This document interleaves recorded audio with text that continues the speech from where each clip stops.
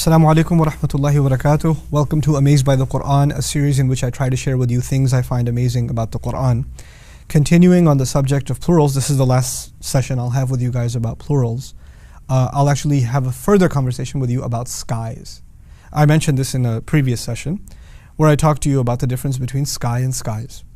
And I told you that sky in the Qur'an is actually limitless. Whatever lies above is sama. And a limited term is samawat. There are two ayat that are very similar in the Qur'an. One belongs in the 3rd surah, Ali Imran. The other belongs in the 57th surah, Hadid. Now I'll read the ayah in Arabic and I will also translate it for you. وَسَارِعُوا إِلَى مَغْفِرَةٍ مِّن رَبِّكُمْ وَجَنَّةٍ عَرْضُهَا السَّمَاوَاتُ وَالْأَرْضُ أُعِدَّتْ لِلْمُتَّقِينَ. Rush to the remembrance or to the forgiveness from your master. Rush to forgiveness that comes from your master. And rush towards a heaven, a Jannah, a garden, whose size is the skies and the earth. Now I'd like you to remember this part. What is Jannah's size compared to, heaven's size compared to? The skies, plural, the skies and the earth. It has been prepared, أُعِدَّتْ لِلْمُتَّقِينَ, for people who are cautious. Okay, so in this ayah, what is the size of Jannah compared to? It is the size of the skies and the earth. And I'm reminding you again, skies are limited. Skies are limited. What's unlimited? Sama, sky. The singular is unlimited because it's whatever lies above. It's not limited to 7. Now, the other ayah, this belongs to Hadid. سَابِقُوا إِلَى مَغْفِرَةٍ مِّن رَبِّكُمْ. Race. The previous ayah said rush. This one says race to forgiveness from your master. وَجَنَّةٍ عَرْضُهَا, and a garden whose size كَعَرْضِ السَّمَاءِ وَالْأَرْضِ is something like the size of whatever lies above and the earth. Wait, one was the size of Jannah that you should work for is equal to the skies, plural. This one, the size of Jannah is close to, it's something like the size of whatever lies above the sky. Meaning the sky is bigger this time. The sky is bigger this time, it's whatever lies above. So how come one Jannah is compared to a smaller space and the other Jannah is compared to a bigger space? How does that work? And the other one, it was an equality. In other words, its size is the size of the skies and the earth. This one is, its size is nearly equal to whatever lies above, but not quite. It's not equal. Okay? The awesomeness of these ayat, first of all, is that one Jannah was prepared for al-muttaqeen, for people who have taqwa, people who are God conscious. And it's not the only quality.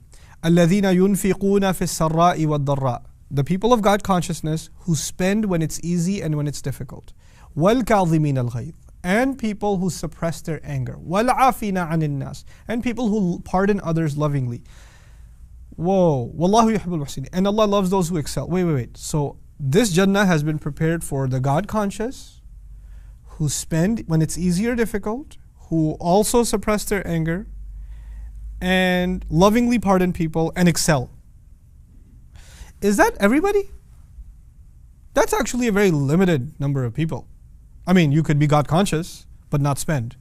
But being God conscious and being someone who spends, or maybe spending secretly and openly, whoa, that's even less number of people. On top of that, okay, you're God conscious, you spend and you suppress your anger, now there's a lesser group of people. And on top of that, you pardon others, willingly and lovingly. Whoa, that's even a lesser group of people. And on top of that, you excel in everything you do. Whoa, that's a really limited number of people. You got it? Now, when he talked about that Jannah, you know what he said? Its Jannah is actually lesser in size because you don't need that much space for those lesser people. It actually restricts the population that will enter that Jannah. So samawat, the skies. But the second Jannah, he said that it can be compared to a much larger sky. The sky, everything that lies above, it's much bigger. So I ask myself, wait, so the second Jannah is being compared to much bigger real estate. If it's more real estate, it means there's got to be more people in it. So who is this Jannah prepared for? Listen to this carefully. He says, أُعِدَّتْ لِلَّذِينَ آمَنُوا بِاللَّهِ وَرُسُولِهِ. It has been prepared for those who believed in Allah and any or all of His messengers. No other condition. No other condition. Compare the conditions in the first Jannah, and what do you find? People that are already awesome because they're muttaqeen. Then they're super awesome on top of that because they spend and they're charitable when it's easy and when it's hard. when it's open or private or public. Then on top of that, they forgive and they suppress it. Oh my God, these are amazing people. They have special real estate. But much wider doors of heaven have been opened.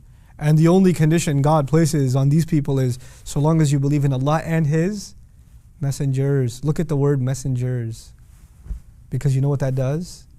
That opens the door to everybody, from Adam alayhi salam to now anybody who believed in any messenger. It's so broad. Now, when you appreciate that, then you start realizing that Allah has actually opened the gates of Jannah pretty wide in this next ayah.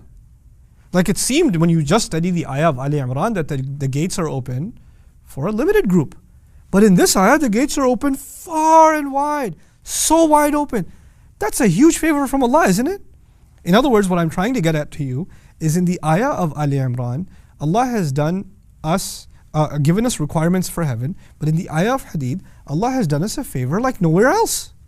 A much bigger favor. Look at the perfection of Allah's speech. Something He says in Hadid, He does not say in Ali Imran. He says, ذَلِكَ فَضْلُ اللَّهِ يُؤْتِيهِ مَنْ يَشَاءُ وَاللَّهُ ذُو الْفَضْلِ الْعَظِيمِ. That is the favor of Allah. He gives it to whoever He wants. And Allah possesses the ultimate favor.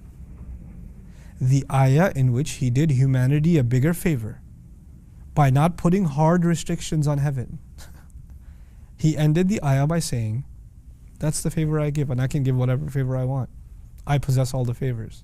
Because human beings hear that ayah say, no, but you should put more conditions on people. You should have more restrictions. You shouldn't just give them, you shouldn't just tell them this part. There should be more things that are said, and they pray and they do this and they do this. And I'm not saying you shouldn't do any of those things, but Allah is opening that door because He wants to give hope. You know what I'm reminded of? I'm reminded of a famous saying of the Prophet ﷺ, famous incident in the life of the Prophet ﷺ. A guy comes to the Prophet ﷺ and says, "Ubayi'uka ala salatayn." It's so awesome. He says, I'm ready to pledge my allegiance to you. Pledging your allegiance to the Prophet means accepting Islam. I'm ready to pledge my allegiance to you for 2 prayers. How many prayers was supposed to pray? 5. Companions are sitting in his company. Homeboy shows up and says, I'm ready to be Muslim, but I ain't going to give you more than 2. The Prophet ﷺ says, that's fine, pledge your allegiance. The companions are in shock, like, 5's a pretty big deal. You're not supposed to, how did you let that go? And the guy went off happy, got it. Rasul ﷺ described to them that once he tastes the sweetness of prayer, he'll come to 5 himself. When you start worrying about controlling how people will grow, Allah has a plan for how people will grow. Allah in this ayah says, just believe in Allah and His Messenger. And when that faith enters your heart, how that will grow into good deeds is natural. You don't have to restrict that. So don't make people hopeless from the beginning. Don't give too many requirements from the beginning. That's the beauty of this message. Allah gives people enough that they can get hope.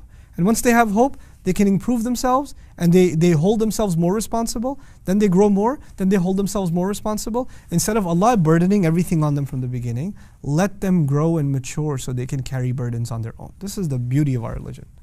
Just between these 2 ayat, how Allah opens the doors to Jannah. May Allah Azza wa Jal enter us into the highest levels of Jannah and allow us to enter through those wonderful gates. Barakallahu wa lakum. Wassalamu alaikum wa rahmatullahi wa barakatuh. Assalamu alaikum wa rahmatullah. If you enjoyed this video, please do share it with friends and family. If you want to see more videos from this series, click on the box at the top. If you want to see other videos, click on the box at the bottom. And don't forget to hit the subscribe button. Thanks.